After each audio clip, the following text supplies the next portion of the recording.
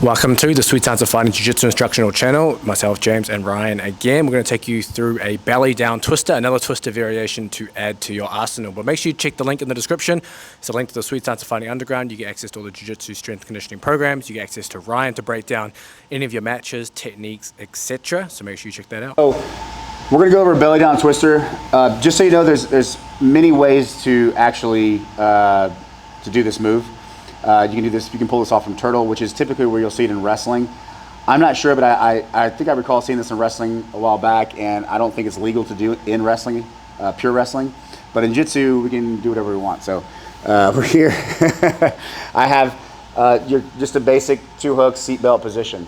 Now, if I want to get to a twister control, twister back control, I can have different methods. What I'm going to show today is I'm just going to show a method I like to use when the person escapes. Everybody knows, for the most part, when you're trying to escape the back, the person that has their back taken is just trying to get their back flat to the mat. I mean, that's pretty standard. There's other ways, but that's pretty standard. So we're going to fall to the underhook side. Okay, so we're going to fall this direction. Now, when I fall this direction, we know that the bottom hook is the most important. If I have this foot just lazy, he slides over, and boom, he gets out. Okay? So this hook is important, but this top hook in this particular case is even more so important. So what happens here is once he falls, I'm still going to try to keep this hook in, and it's okay if I lose this hook, because when I lose that hook, this sort of retracts. He goes to turn down to go flat, and I'm scooping the leg, like the arm, his armpit. Now what this does, and you can do this late too, by the way. It doesn't have to be right when he's escaping, because he beat my leg. And he got to the floor, and I want to go around his neck and scoop his armpit and bring him back. Okay, so what we're doing is we're utilizing the 100% position, which this is the 100%, to keep his back off the mat. Now, there are many methods to me getting him back in this direction. But just take a look at this. I have the 100%, and my top hook is what's most important. It stays looped over, and I try to retract it as much as I can. Because I have a pulling arm here, I can pull him to the other side, and this will immediately give me twister position. So when I do this, I pull, and then I switch my hip. Once I switch my hip, I can lock and figure four and get a kickstand. Now, everybody knows that once I'm here, I got the twister position. I can go to twister, I can do hammer locks, wrist locks.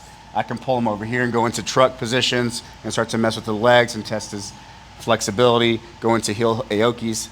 But we're not going to do that. So I'm going to go into the belly down twister. The way we go into the belly down twister is once I have this position, I want to take my arm that's on the outside and I want to put it to the inside. Now this can be difficult.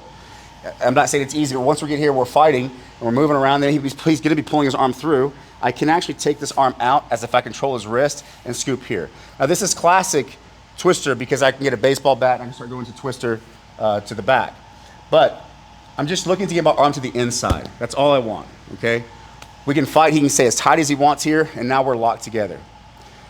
His escape route is two methods. He either unweaves my legs by pummeling his legs in, he unwraps my leg, or, which can be difficult, especially if I'm really focusing on this kickstand, or is getting his body to the other side. If he's able to get his body to the other side, he can start to get out, or at least start to produce some sort of escape. The issue is that I have this hook now. It's a different hook with my arm. And what happens here is that when he starts to go this direction, I actually get up. I put my heel to my butt and I drop my shoulder and I get here. You can't see this, but my hip, my right hip is driving down into his hip. I'm retracting my heel to my butt and keeping, almost like I'm turking the leg and I'm rotating out. I'm keeping like some tension here on his hip. This arm over here is still stuck, which we'll show you in just a second. And then I just grab his arm, I put all my weight down on his shoulder. My left leg out here is posted, and I just simply lift a little bit, and that'll be a tap. Understand that I actually don't have to let go of that position. Even if you were to make it out of that position, we would still be stuck, he would still be stuck in a twister position if he didn't understand how to unravel it. So that is the actual belly down twister. But I do want to show what's happening on the other side of the body, right? So maybe we can start, I guess, maybe this way. We'll test it out and see. All right, so we have the underhook side here. I fall to the underhook side. Everybody knows the bottom leg is the most important. I should always be flaring it up to the ceiling. But really what I care about is the top leg. He doesn't care about the top leg so much. He cares about beating the bottom leg, which makes sense. But as he beats the bottom leg, I retract and I scoop him in here. Now, one thing to take note of, if his shoulder gets to the ground here, like this, then we need to go to different methods, like either go into a meat hook to pull him back into this way, or we actually have to get up, sit, and pull him through to the twister to the side. So if the shoulder hits, he's too far away, you gotta sit up, get the 100%, and pull him back over, okay? So once we're here, we get the kickstand. I still have my hook, all right? Now what I wanna do is control the wrist as much as best I can. Just hold onto the wrist. This arm lets go and I scoop in. And I just hook elbow deep. So now we're stuck together. Typically what the person does is they hold their hands together because he doesn't want his hand going behind his back. If his hand goes behind his back, I'll probably tap him out here with like a handcuff position. So we're stuck now. So his only two methods typically is to either unweave my leg or to get his body to the other side. But once he gets his body to the other side, I just keep that momentum going. And when I post out, don't do this. I post out and I drive forward and switch and post.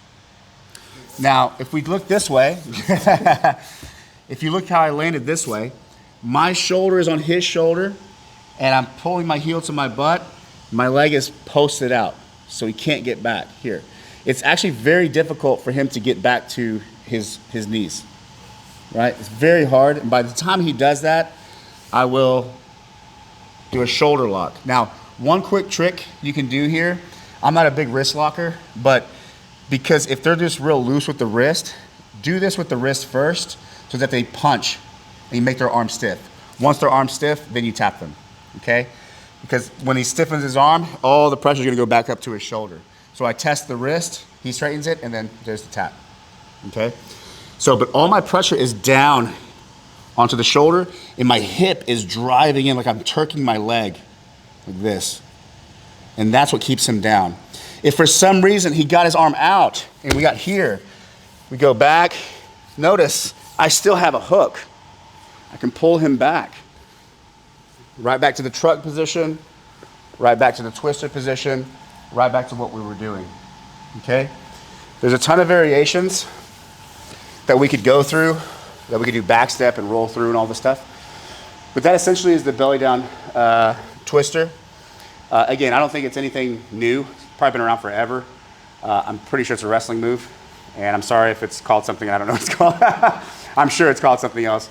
But I just kind of added it into the twister system because when I saw it, I was like, oh, it's a twisting of the body. So there it is, belly down twister.